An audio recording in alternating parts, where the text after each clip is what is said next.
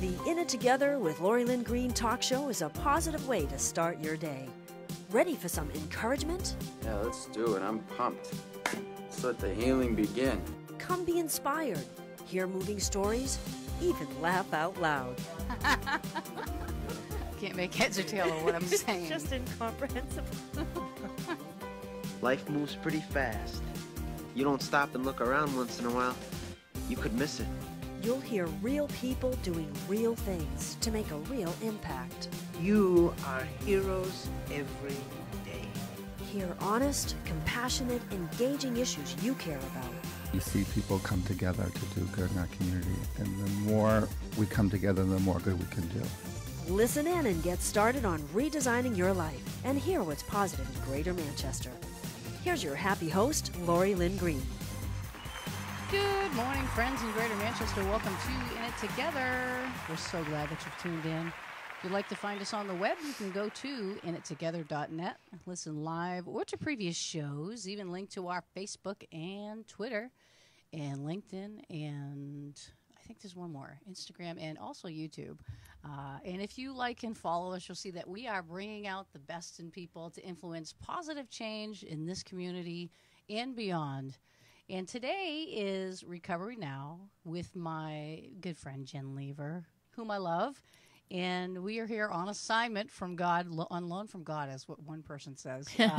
But genuinely, we're here to help you with your loved ones dealing with addiction. And if you're on our Facebook Live, we would love for you to join our conversation this morning. You can ask us how to help your loved ones, questions, comments.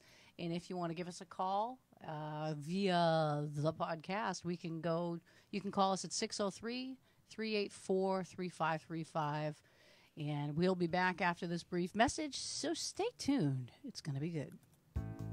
Mark Major knows that great coaches need constant training to be effective. As a certified coach, teacher, and speaker with the John Maxwell team, Mark can help you identify and activate your personal and professional goals.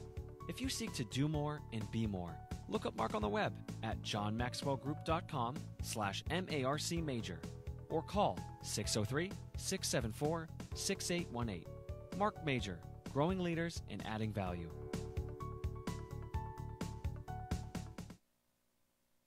Hi, I'm Bob Bola, Chief Instructor of Defensive Strategies and anchor of the Personal Safety segment, where we talk about personal protection, situational awareness, and home defense. Tune in every Thursday at 9 a.m. and refuse to be a victim. Only on In It Together with Lori Lynn Green.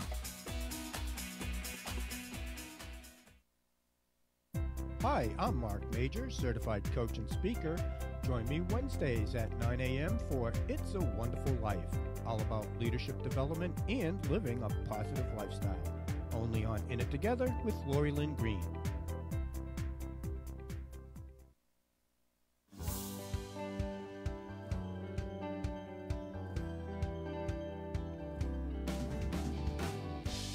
Welcome back to In It Together and Recovery Now with Jen Lever. And we are blessed this morning to be able to meet with you.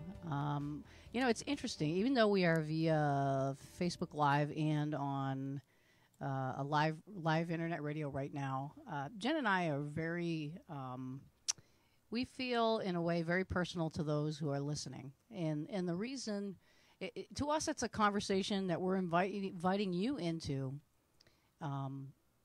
Because this is a serious and very real problem that people are dealing with.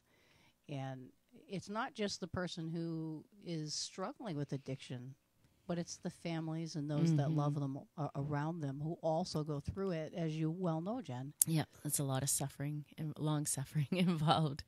There is. But that's actually a fruit of the Spirit. It is, absolutely. And so some of you who don't know Jen's background, she's an expert in childhood education and early childhood development. Yep. And so a lot of that has helped you to really understand the other end of this recovery aspect, where it's like, well, how does early childhood education have a connection with those who become susceptible to It's addiction? Huge, yes. It's huge. They say that adverse childhood experiences, which are any negative experiences, and there's like a top 10 adverse experiences. One of them is shame, just not having the neglect, abuse, not having their needs met, and so on and so forth. And so a young man went around the world doing a research on his war on drugs, and he, through his research, realized that children who have had these experiences, adverse childhood experiences, are 4,600% more likely to be IV drug users later on in life. That is a huge percentage. And so it made me really take a look at that level, because as we all know, it's much better to prevent than it is to repair.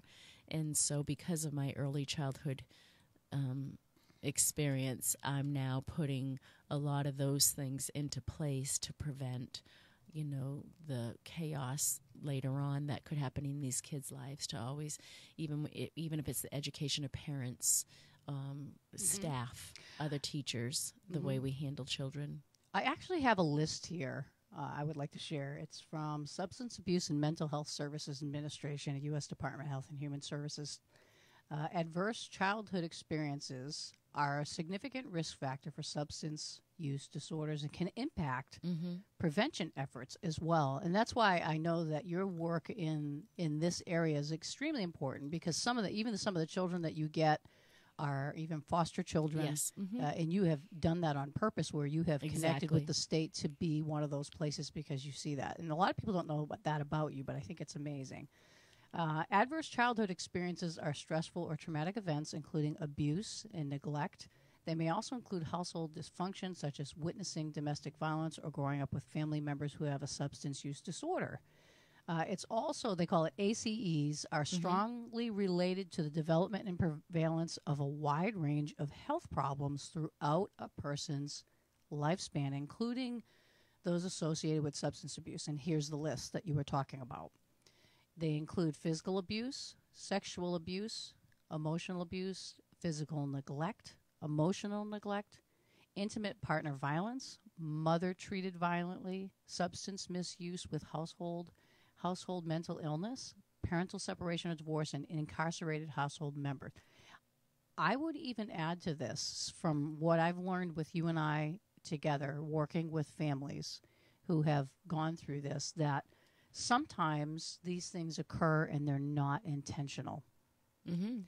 Okay, so let's look at a good family like yours. Your son was got a back injury, started taking pain medication. I think his even went deeper. I think he had some adverse childhood experiences with a babysitter, right, and with a teacher who put his desk in a closet. Exactly, and that it was actually a pretty huge factor with him, because even my husband, who struggled with addictions early on in our marriage, was saying that his desk was put in front of the class. He always felt ashamed when visitors came in.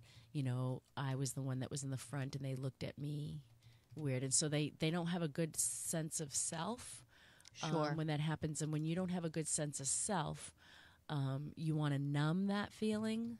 And it's more deep-rooted than people think or are aware of. Right. And we have to realize, too, that everybody is different. Like, one thing that may have bothered one doesn't bother another.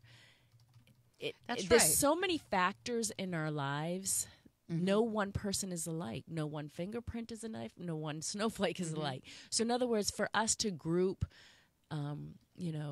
somebody's response to an experience across, they're all, in other words, everybody's responses to experiences are different, and it's all having to do with so many factors. So we can never judge. Never put yourself in judge mode, ever, ever, ever. Always put yourself into grace mode and understand mode and prayer mode, and you're going to help that person. They're not going to feel helped if, you're judging them or shaming them, or, you can help them navigate through things, Yeah, no, absolutely. And I think people can't really understand it unless they've been through it. It's kind of like, it's like any other trauma in life that families go through, a loss of a loved one, or maybe a special needs child, or an accident occurs or something. These are things that you can't necessarily plan for. Right. But you learn that there's an answer for this, that there's a way to go through it that's a lot easier than the and way. Love will always make a way. Love always makes a way. So whenever you encounter somebody that's gone through something, like, love will make a way. Like, don't talk like you're the expert on the subject and saying, you know, they're just a bunch of losers, or, you know, that was dumb, or what. You have no idea the factors that go into many different stories. But love always makes a way. Yeah. And don't be a know-it-all. Don't be above it all. Like, because you probably have an area in your life that there's a blind spot that you don't want anybody to shame you about, you know? Absolutely. Now that you're saying this, you mentioned shame, but you and I over the past few years have gone through what some of the stigmas are, and it's so important, I feel, to share what some of those stigmas are, because I think each one of us, whether we are going through it or we know someone going through it, or we're just watching this whole thing happen and have no clue about it, it can be very easy to make judgments from that seat. You might have been one of those persons. I might have been at one time. But I think over time, if we talked about this more and more, we start to realize, wait a minute, the people that go through this are no different than we are, except they've you know, they sin different than us, or whatever you want to call it. I don't even call it a sin per se, except for the definition of that is to miss the mark of God's best for us.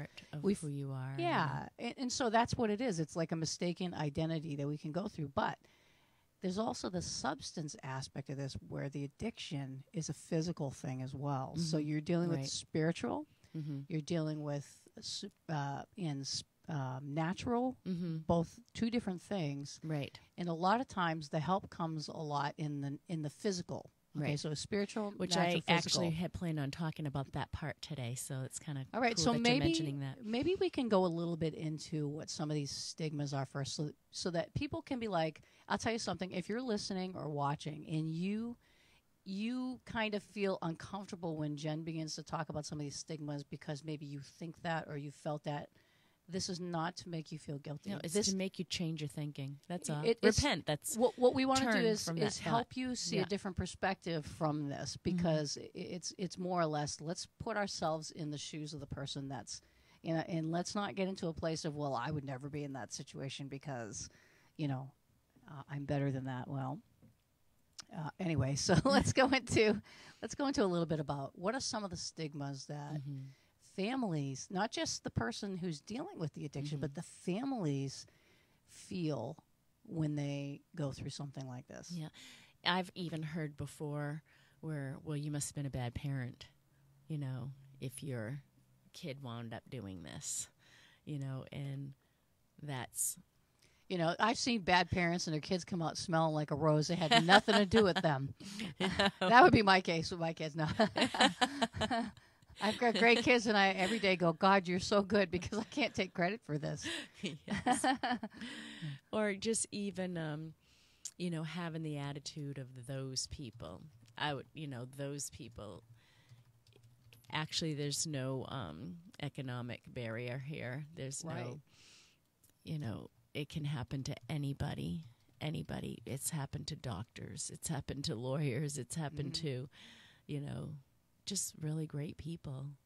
I'm trying to look up something. If you're here. standing around the water cooler at work and talking about those people to somebody, you may be talking to somebody who's deeply affected by it and has not and will never talk to you about it after those statements. Well, you know? let's be honest. I mean, depending on where you live too, New Hampshire's a very tough area to be vulnerable. I mean, everybody's got a judgment. Everybody tells you exactly how they feel. It's a very difficult place. It's good and it's not good in some ways. But no matter where you are, you know, some people are more welcoming as far as being loving and helpful, and other people not so much. I don't know if that's geographical as much as the state of our heart. And not only that, we're like the second or in the nation for opioid overdoses and opioid problems, and so you're probably going to be running into people everywhere. Well, here's a that's cool, adversely affected by this. Here's a cool thing, though. I just heard. We know that we had on. Trying to remember his name last week. It came on. Greg Winslow from If My People, New Hampshire. I wanted to mention him this morning too. Oh, great. Well, he. Laura gave me some statistics this morning when she called. Okay, that's what I wanted to talk about here for a second. As we're talking about the stigmas, we also want to encourage that we are seeing a dramatic improvement in the percentage of overdoses that we are seeing since here. The citywide prayer at the SNU building. And we have to attribute it to people coming together. I think it's 10 Days of Prayer, New Hampshire, If My People, New England, been coming together faithfully, having events. They had one large event in December, and then they just had one Sunday, I believe. And they're coming together praying for these situations. We got to understand there are some things that actually there are most things we can't do apart from God and expect a good result from it. And the faith aspect is so important. But even praying, well, the word tells us, if my people who are called by my name will humble themselves and pray and seek my face and turn from their wicked ways, then will I hear from heaven and heal their land. And that's a promise from God. Yep. And really, what does praying really do? I believe that it puts our hearts in an amazing state to be able to see the changes that we want, because that's what God's after, is our heart.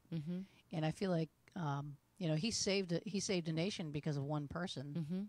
Back in the biblical days, and it just one righteous person. And so I believe we have a lot and enough people who are believing for and praying in this situation. Not only we've seen 20% go down, I believe that's the figure, right? Yes, that's tremendous. Huge, tremendous. Yes. And we talked last week that the Teen Challenge, which is going to be hopefully coming out with more stories, is their numbers as far as recovery success is astronomical in comparison to other ones, and it is because of the spiritual and the faith-based, the people who pray, and it's the state of the heart. Yes, we can't emphasize that enough. So as we're thinking about stigmas that get put on people, you and I know people and love people whose families are going through this. Who, hey, look, just like us, we love our children. They love their children. And people will judge them, and you've had this happen to you. Yes, from even well-meaning people. Lock the door, throw away the key, and it's just like, and they deserve that, and and honestly, like if you deserve what you get, then and like Todd Wayne would say, go to hell. I tell you, from the heart of a mother, I can't speak from the heart of a father, but from the heart of a mother, when you have a child who's going through something, you will do anything. There's nothing. I will embarrass myself, shame myself, be vulnerable. I don't care if it means being able to help my child. And so all you moms out there, and dads too, but all you moms out there, because I'm speaking from myself. Your mother's heart. We love you, and we know that the struggle is real. It is real, but we also pray for you, and we believe that there's hope. But the hope is more real. So there's a comment this morning. Hello there, lovely Trish. We see, amen, ladies. Thank you for your comment to this cause. I love what you're saying about if my people. I so believe that this is exactly what is happening. Thank you, Lord. Yes, absolutely. We cannot take credit for it, for the good or the bad in anything. We have to realize that it's the yielded heart, submitting to and recognizing our need of God. That really is what turns around the impossible and makes it possible. And I attribute... You get lifted right up out of your situation. It says, humble yourself in the sight of the Lord, and he will lift you up. And pride comes before a fall. So if you have this prideful attitude towards those suffering, then be Larry Lesty. Well, and that's the thing. We gotta, there's no room for pride in this. Every life is touched by this. We've talked about there's no demographics. We started a little late, but there's no demographics as far as age, gender, race, religion. This goes across all the aisles. So this doesn't have any prejudice whatsoever. And we're not talking about, when we talk about this, we're talking about substance abuse, but also alcoholism. And on the other side of this, Jen and I are always saying how we are all in recovery of our life. Like in Matthew, it says, come and recover your life. And that's what this is the hope for. But we got to take a short break. We would really appreciate if you would stay tuned in this morning. Think about questions that you might have or comments, or tell us part of your story of how you've helped your loved ones with addiction through your faith, through prayer, through I want to hear it. We want to hear about it. Yes, we want to share it, because the testimony, if God did it once, he'll do it again. That's right. All right, so we'll be back right after this. Please stay tuned, and we would like you to support those who support us. So here they are. Listen up. Little Leapers and Knowledge Keepers Childcare and Preschool offers learning experiences that give kids a healthy sense of self and meaningful connections to the world around them. We teach children from a positive perspective so they learn healthy conflict resolution and develop character. Owner Jennifer Lever has over 28 years' experience in child development. She's helped children learn to read as young as 18 months. Join our happy place, where we make happy happen, located in Pinardville, bordering Bedford and Manchester. Call today at 603-491-1780. Morgan Self Storage has been serving Manchester and Salem, New Hampshire for over 15 years. Facilities are heated with security and video surveillance in well-lit hallways, easy access loading, and high-capacity elevators. With many-sized units, portable trailers, and boxes for moving, we can meet your residential or business storage needs. 400 Bedford Street in Manchester or 8 Willow Street in Salem. Visit morganstorage.com or call us at 603-623-2000. Morgan Self Storage, making self-storage secure, safe, and easy. Hi, I'm Jen Lever, anchor of the Recovery Now segments. Join me Tuesdays at 9 a.m. where I offer support to families struggling with addiction. Hear personal stories, learn the signs of addiction, and get help for your loved ones. Only on In It Together with Lori Lynn Green. Hi, this is Lori Lynn Green, Advancement Strategist and Coach Trainer at alphaadvancementstrategies.com. Join me Mondays at 9 a.m. where I'll talk about ways to help keep you moving forward in life. Only on In It Together with Lori Lynn Green. CrossNet Inc. offers computer and IT services for commercial clients as well as local personal users. We create tailor-made plans for your business's unique needs, from computer repairs to managing networks, servers, and desktops. CrossNet Inc. offers managed services, data backups, virus protection, web filtering, and more. For more information, go to crossnetinc.com or call for your personalized IT services today at 603-589-2520. CrossNet Inc. IT services that keep your business running when you're on the run.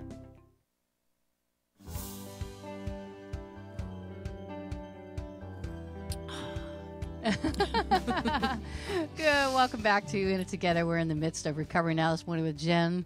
Now that she has a coffee, she'll be awake for the rest of the show, ladies and gentlemen. I'm like, I didn't have a coffee this morning, and it's like, well, go get one.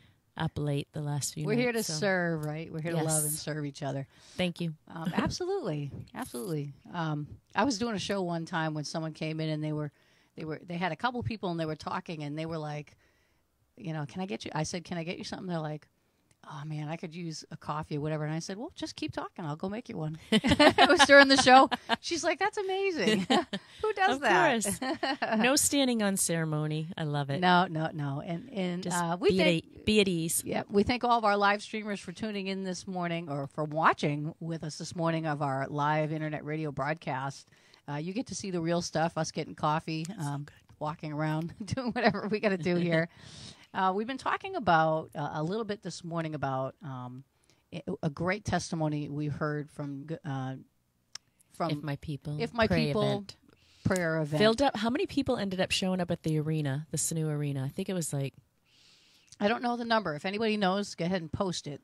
But the 20% decrease in overdoses in our community within a matter of a couple of months is miraculous. Yes. We got to say the least. We got to give God credit for all of it. Those who That event was actually geared towards this crisis, or it was a major part of the praying that was happening.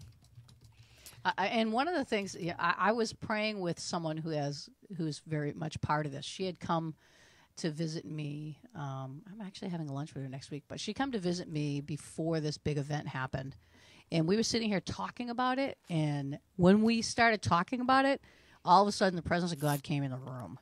And I just said, we need to take advantage of this right now. So we began to pray for those who are going to be praying. Wow. Is there such thing as intercessors for the intercessors? I don't know, but I just had a real... prayers. Anyway, so it was a powerful time. And I'll tell you, it's two or more of us together. Can never talk to God enough. Touching any one thing, it shall be done. Non-consuming. Yeah. So as far as the numbers for the opioid situation here in Greater Manchester area, 20% decrease since December. That's huge. It is huge. And huge, you know what? huge. They're still meeting on a regular basis. I want everyone who's Laura listening... was giving me a report this morning. Yep. She's part of the team that puts together prayer people to pray. People are praying around the clock continuously since then. My time is on Wednesday mornings. So I'll get an email to remind me. This is awesome. Oh, so it gives you an email. So there must be some kind of a sign-up? Is there a sign-up? Would you like to be part of it? Everybody wants to. If you are there and you want to be part of this prayer thing, Jen, you can tell us how to do that? Yeah, I can. They can. You can tell us at the end of the show. Okay. We'll do that by the end of the show. I know I get an email from Laura personally because she is in charge of scheduling. So I can, if you want, just shoot me your email or put it on the comments, and I can have her contact you because the more the merrier. Oh, absolutely. We have a question, and I love this. Thank you for your question. It says, when you have a person that really wants to get off drugs, do you tell them that they can't hang around with troubling people that they rolled with before and help them to get off drugs? He said that's a really big problem. He says, great person. He said... he knows somebody that trains people to use Narcan, but those are all. That's all a good suggestion. However, when they're on drugs, and like Lori was mentioning earlier about the withdrawal process, a part of it is physical. They're petrified to get off because of what they go through. It's desperate. So they're not even going to be in a reasoning mode about any of that stuff because cutting them off from who they hang around with, they're looking at it as a lifeline for them because they think that they have to continue on these drugs to stay alive. Actually, getting off some of their drugs, if it's not if it's not done medically, they could die. That's right. I do want to mention, too, I know that people have done it without having medical care, but they've been bathed in prayer and in a faith-based program where they're like 24/7 bathing them in prayer. Yeah. So most people don't initially have that. And I want to share with you, if you have a loved one that truly wants to get off from drugs, I'm telling you their number one concern is withdrawals. It is scary. I had to see it firsthand myself. My son, who went into precipitated withdrawal because he went through a process where they put you on. You go on Suboxone because it becomes a blocker to get you off. Anyways, you can't go on it too soon. You have to have it out of your system, the drug out of your system for a certain amount of time before you go on it. Otherwise, the withdrawal is like 100 times worse. And so he ended up he had so much drug in his system that he ended up taking the Suboxone too early, went into precipitated withdrawal, and he literally wanted to kill himself. Like, it was so bad what he was going through. I was laying down with him in my bed, just watching over him one particular time while he was going through withdrawal, and it was like there was bugs crawling all over him. He was kicking me. He went into a mode. A different voice was coming out of him. Like, it's literally demonic. Okay, so what I would recommend is get them to a safe station. Okay. I went actually personally to the Manchester Police Department, Fire Department last week. I walked in and talked to a really good friend of mine who's the captain, Peter Frangus, and he explained to me the process of the safe station, that they go in there if they do a complete medical analysis of them, find out if they're able to handle, the withdrawal while they're there in the safe station. They stay overnight. If they're not, they admit them to the hospital for a medical detox. From there, they put them in touch with, what is it called? I'm going to look it up real quick. No, that's a problem. While you're looking it up, let me just share this. This was a very, very important question because there's a lot of people well-meaning who have never experienced drug use or withdrawal who would try to rationalize what they think is the right thing to do. And in this situation, it is not necessarily the right thing to do to try to cut people off from that. In other words, that should not be the main focus when you're trying to help somebody. That'll come later when they're in recovery. Right. That timing of that is very, very important because when they get into a desperate situation, you're going to either be the advocate that's going to be there to help them, or they're going to get away from you, right? The only one who can help them. Yes. So it's very, very important. So get them to a safe station if they're really serious about it. Here's the name of the place. So at the safe station, they will evaluate. They have people who are, all the fire department Manchester people. Fire Department is? Yeah, it's right behind actually the old police station. Zeal Church. So it's right there on Pine and the corner of Pine and I'm not sure that little side street. Yeah. Mm-hmm. But you go there, they're Chestnut. Yeah, they are obviously all the firefighters have, they have EMT experience and all that kind of stuff. So there's somebody there there's many beds, and there's many that can go there at once. Even there's many beds. They watch over you. They evaluate you during your withdrawal process. If they find that you need a medical detox, they'll get you in touch with. They'll bring you to the hospital. From there, they'll get you set up with Granite Pathways, which will get you into a program, and you will get fast-tracked into a program that way. A lot of people have, I don't have insurance, and sometimes they'll help you with the types of coverage that you need to get you there. The other alternative is this.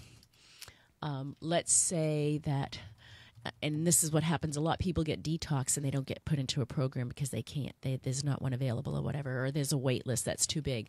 This is where, and this is kind of like fortunate, I think, that it happens this way. This is where there's multiple faith-based programs who are willing to take you in immediately, especially if you detoxed. And you will have already gone through that process. So there's somebody that I'm reaching out to right now, two people actually, as a result of that woman that I talked about meeting her in the department store, who is the girlfriend ended up messaging me saying, I need help too. Can we do this together? So I'm in the process of helping them through that process. And she, as long as she gets detox and into a 28-day program, then she's allowed to go into a year-long free faith-based program for women and children. It's so wonderful. So, and then he can get detoxed and then go right away into a faith-based program that Henry gets them set up in Maine through End Addiction New England. So if you want to look that up, End Addiction New England is a free faith-based program, as well as Teen Challenge, as well as His Mansion in New Hampshire. So there's so much available. To say that, I don't have the money. Yeah. Get that out of your thinking. We may have had the biggest problem, and like we said, it's gone down 20% in a couple months. That's tremendous. But we do also have a lot of things people coming together for this. Yes, I mean it's great to see our local authorities banding together.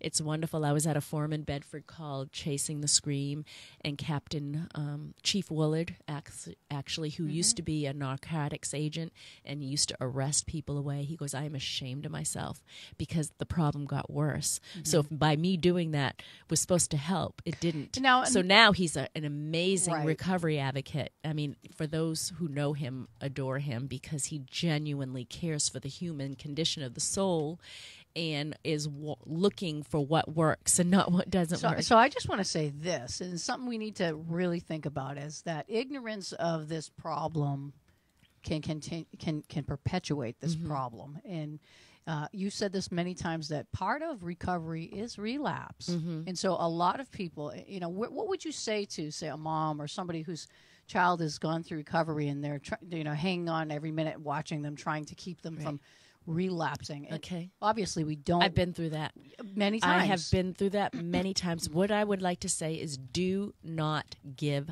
up. My son actually showed me before, because he, in his struggle, wanted to be set free so bad. And there was times that he just wanted to give up and throw in the towel. And he had shown me a little picture before of somebody digging their way out of a tunnel. They were in a hole, and they had a rock pick. It was a cartoon thing. And it showed there was like maybe 6 inches left to go. And he turned around and gave up and left, but the light was there waiting. And so if he had just not given up, he was like literally right there.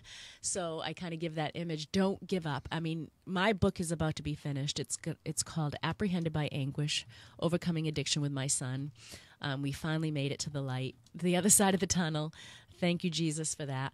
And you will see just how many times of disappointment I had to face and how I refused to give up. And what I would say to that person is, keep going to the throne room of grace.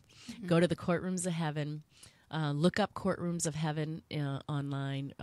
Robert Henderson. We've had many a day of prayer here. Yeah, many a day. When it looked pretty Find hopeless, somebody who will agree with you. There's not very many people that you can really trust when you're going through something like this, but God's going to give you a bosom buddy. Yeah, because you can't be on the side of I wonder. No, you have to be fully convinced that the answer is God's got the answer and I knew to He help. did, and that's why I didn't give up. So hope never disappoints in the kingdom of God, and so join the kingdom.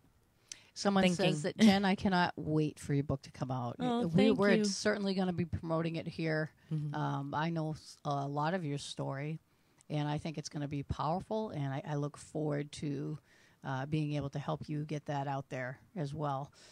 We are pretty much out of time now. I wanted you to give you wanted to give some contact information. What was the information you wanted to give? Well, I wanted people, if they want to get information about being part of the prayer for our city, I send it to me and I'll forward it to my friend Laura, who does scheduling, and we'll get you on our team, and we're going to change the world.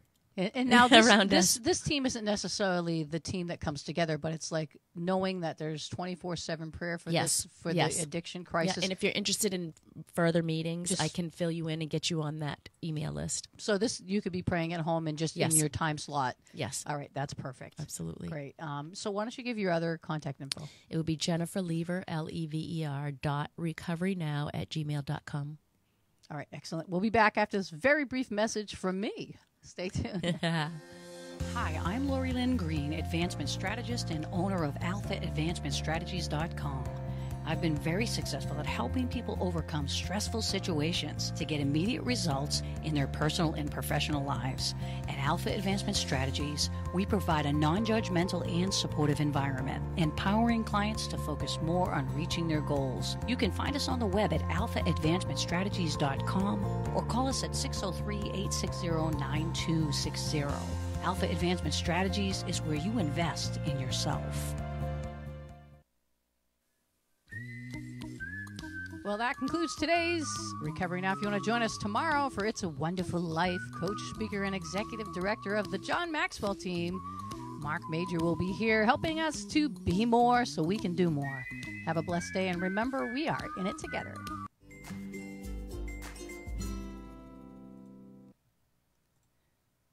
You can go shut that off, Jenny.